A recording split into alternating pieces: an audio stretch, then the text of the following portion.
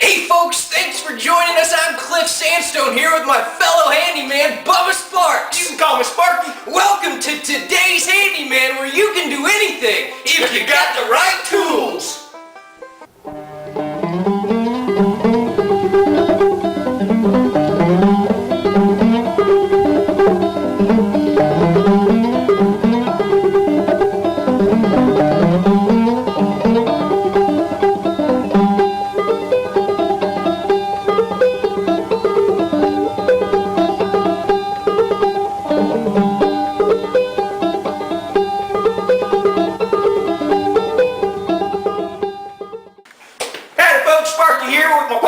Sitting here in the kitchen of the house, big house that is, and one thing that we're going to go over today is what's called a 4-point inspection. Now there are four things that you need to go over on a 4-point inspection. But before you do anything, you got to stick on your safety goggles. Very important. Now those four things are, what are those four things? You got your electrical, you got your plumbing, always got to have your plumbing right, you got your AC, and you got your roof. You got to take care of them all. And you can do all of these things in your house if you got the right tools. Now let's go ahead and start with the plumbing over here in the kitchen. Come with me. Now one of the most common and most practical things that you can do in your house is to work on your plumbing. Everybody's got a leak somewhere and you don't want any leaky plumbing. So what you do is you come under here, under your sink here, make sure you got plenty of lights on in here, because you want it to be bright. And you come under here and you check all these little things that got these little ridges on it. And what you want to do is you want to get your right tool and you want to come in here and you just want to just start tightening up as far as you can, because the tighter they are, the more leaks you're not going to have. So and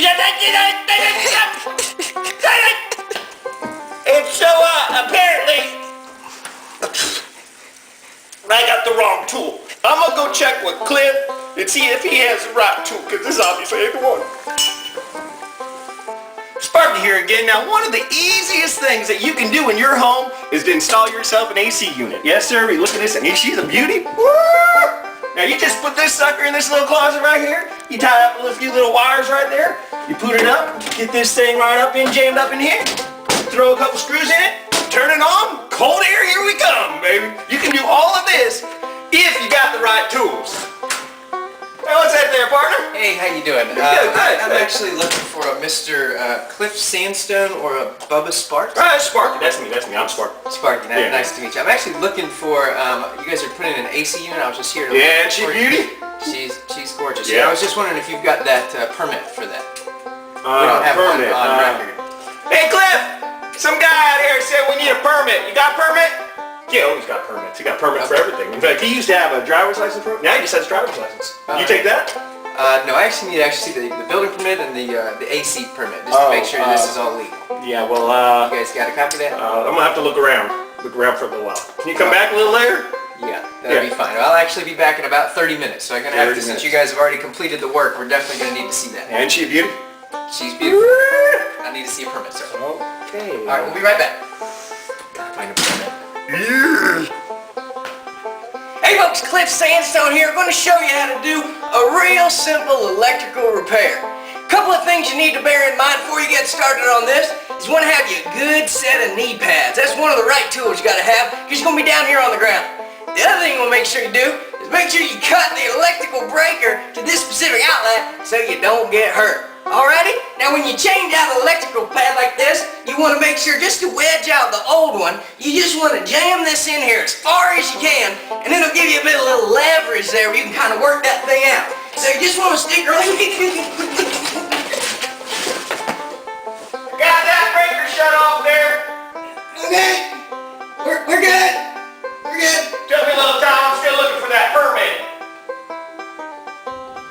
Hey folks, Sandstone back here again with you on today's Handyman. Right now we're going to be talking about a little bit of roofing. And when you're doing roofing, number one rule is SAFTY, safety. And you got to make sure there's a couple of things. You want to have some strong legs. See, I've been doing my quad presses, calf raises. You also want you to have, again, keep your knee pads on. You want to have yourself a buddy. We like to run the buddy system around here. Make sure you got a partner just in case you were to get hurt. Hey Sparky, you on your way? I'm coming. I'm still looking for that permit. All right, well, hurry on up. And you also want to make sure you got a good, nice, sturdy pair of shoes. because when you're up here, sometimes this gravelly stuff on these shingles is going to give way. So you make sure you got you a nice, sturdy pair of shoes.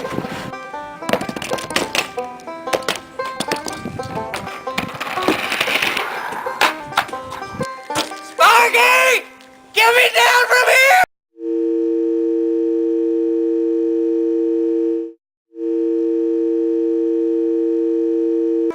Hey folks, I sure hope you enjoyed today's edition of Today's Handyman, along with me, your host, Cliff Sandstone, and my friend, Bubba Sparks. We sure did learn a lot today, didn't we, Bubba? Oh man, we learned 4 big things today, didn't we? We learned about that HVAC thing that you stick in that little closet there. We learned about some wiring, and we learned about some plumbing, and then most importantly, we learned about that roof up there, didn't we? Yeah, well, more even important than that is we learned that to be successful with Today's Handyman, you got to have the right tools. And you also need a permit every once in a while, I think. Oh yeah, I forgot about that. Hey, you wanna go put it in the pool? Yeah, I gotta go get my shovel. All right.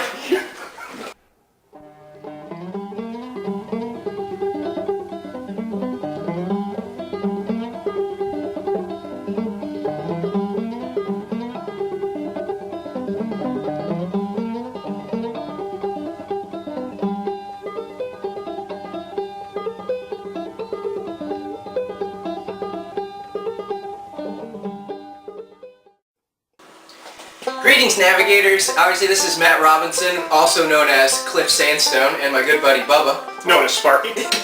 And Woody. But anyway, the reason why we had this special skit for you, hopefully you enjoyed it. It was just a little bit of humor, but to try to tie in what we're going to be talking about at this month's Navigator meeting. You know, there's a lot of people that are out there doing rehabs, doing their own repairs, and there's a number of reasons why you really shouldn't be doing your own repairs. Sometimes you can, sometimes you shouldn't be.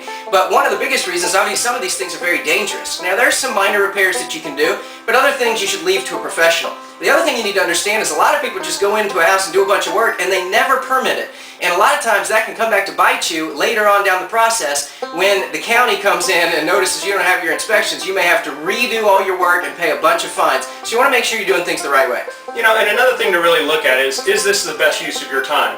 You know, I love swinging a hammer. I know Matt loves swinging a hammer. When you're doing a rehab project, you like to get in there and mix it up. But that may not be the best use of your time. Maybe you should be out there actually working on another deal, putting that together, and let the contractors do the work that they're supposed to do. That way you know it's done right, it's done on time.